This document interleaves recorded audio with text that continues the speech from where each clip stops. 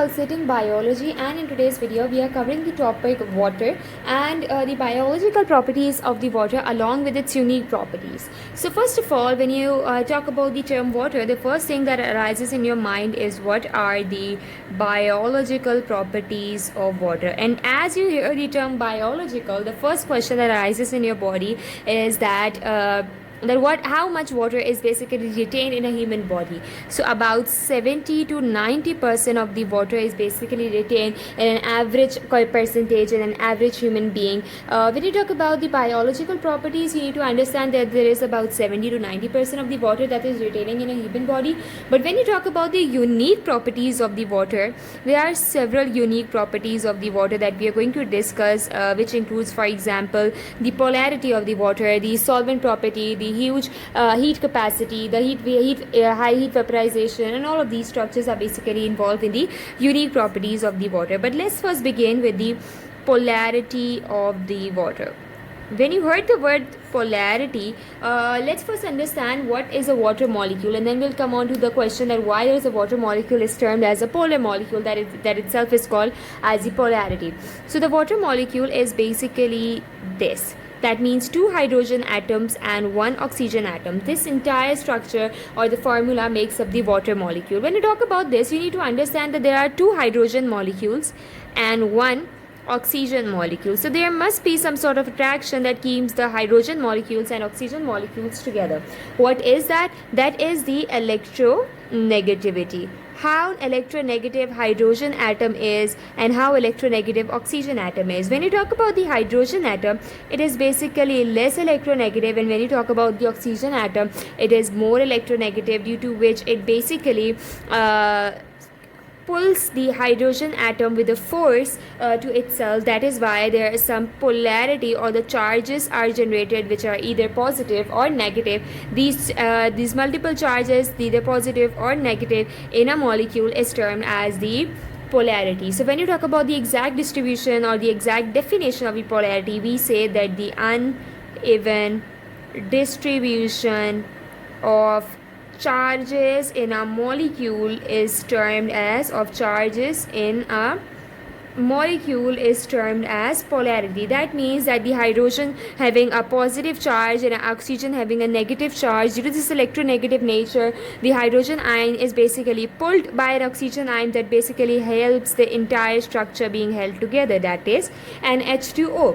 So what happens is that the oxygen does not completely accept the electron. That means that it will have a negative charge, and since the hydrogen gives its electron to the oxygen, we say that it gets a positive charge. So the only charges that are included in a polarity is the positive and the negative charges. The ion that basically gives its electron it gets the positive charge, and the ion that accepts the electron basically gets the negative charge. So in the case of water, what happens is that the hydrogen gives the electron to oxygen. That's why we say that it gets a positive charge, and since the oxygen accepts the hydrogen atom's electron, we say that it gets a negative charge. In such a manner, we say that the hydrogen molecule is a polar molecule and thus execute polarity.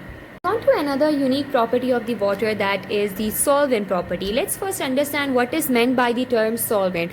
Basically, solvent is anything that absorbs or that dissolves the solute. What is a solvent and what is a solute? Let's take an example. For example, we say this is a glass and this is a water. This water is termed as the solvent, and let's say we add some sort of chemical in it. Let's say we add NaCl. So this NaCl is a solute that is being dissolved in water. Thus it is termed as the solvent. Now you'll be understanding it in a much more better way, that solvent is anything that dissolves in molecules. Let's say this is a solvent is water and it is dissolving NaCl. Thus means that a water is a solvent. So what is the solvent property? Unique solvent property of water is that water is termed as the universal solvent. That means it can absorb or it can dissolve all of the solutes. Specifically, it dissolves all the solutes, but let's like the example of a solute. Let's say NaCl. I've already taken an example of NaCl here. But why? Because NaCl is a polar molecule, and in the last unique property we have discussed that water is a polar molecule. That's we say that the polar molecule dissolves the polar molecule, since the NaCl also have the two charges. That mean Na gives its electron to the Cl and gets a positive charge, and Cl gains an electron from the Na and gets a negative charge. Thus, it is termed as the polar molecule. So basically, it is termed as a universal solvent because it dissolves all the polar and non-polar molecules as well. We have taken an example of polar molecules since it is more easier to understand. So this is another property of water, that it is a universal solvent, and solutes are being dissolved in all kinds of the solvent. That thus it is termed as the universal solvent. So water is basically an excellent solvent. This is what you need to remember.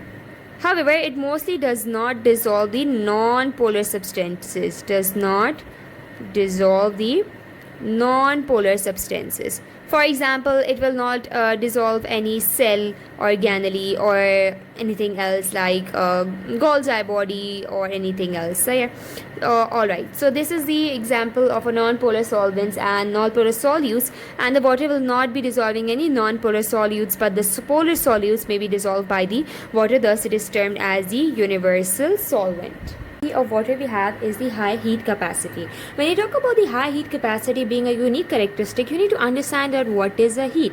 So basically, heat is an energy, the energy that flows from one object to another. So whenever you require a higher amount of energy to raise the temperature of any liquid, not necessarily water, but any liquid, that is termed as the heat capacity. Let's write the exact definition of a heat capacity, which means that an energy, as heat is termed as the energy, so the energy that is required to raise the temperature,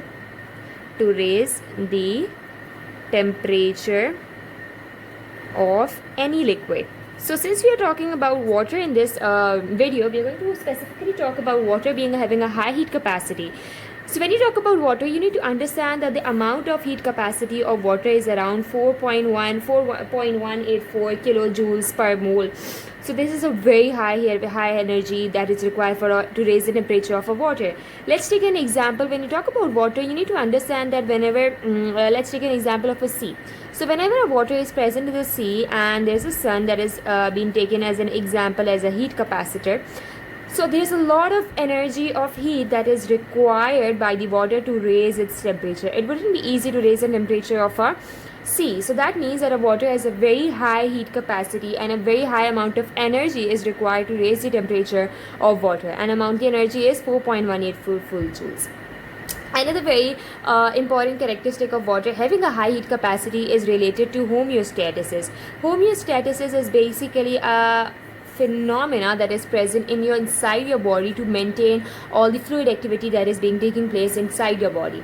So in homeostasis, water having a higher heat capacity plays a very important role, as much amount of energy is required to raise the temperature of any kind of a liquid, specifically water, that is present inside your body. So this is another unique characteristic of water. Last and the foremost very important characteristic of water is its high heat of vaporization. Now vapor means whenever a liquid is vaporized in the form of bubbles and it is into the air, that is termed as the vaporization. So when you talk about the vaporization of water, it has a very high heat capacity. Why? Because it requires a large amount of energy to basically vaporize the liquid. So exact definition of high heat of vaporization means that the heat that is required to vaporize a liquid, specifically water, specifically we are talking about water here, is termed as a very high, because a high amount of energy or a large amount of energy is required to basically raise the liquid molecules into the vapors and then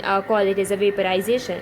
So why does this happen? Why does the vaporization take place? So basically inside the water molecules we have hydrogen bonds. Whenever these hydrogen bonds that are inside the water molecules breaks, so whenever these hydrogen bonds breaks, what happens is that these molecules vaporizes into the air. and this is due to the phenomena of usually cooling. So you need to understand that high heat of vaporization is in turn linked with the phenomena of cooling. Whenever these hydrogen bond by the phenomena of cooling breaks down, these are vaporized into the air, and thus high amount of energy is required to vaporize the water molecules. Thus it is termed as the water has a very high heat of vaporization. This was the last unique characteristic that water have.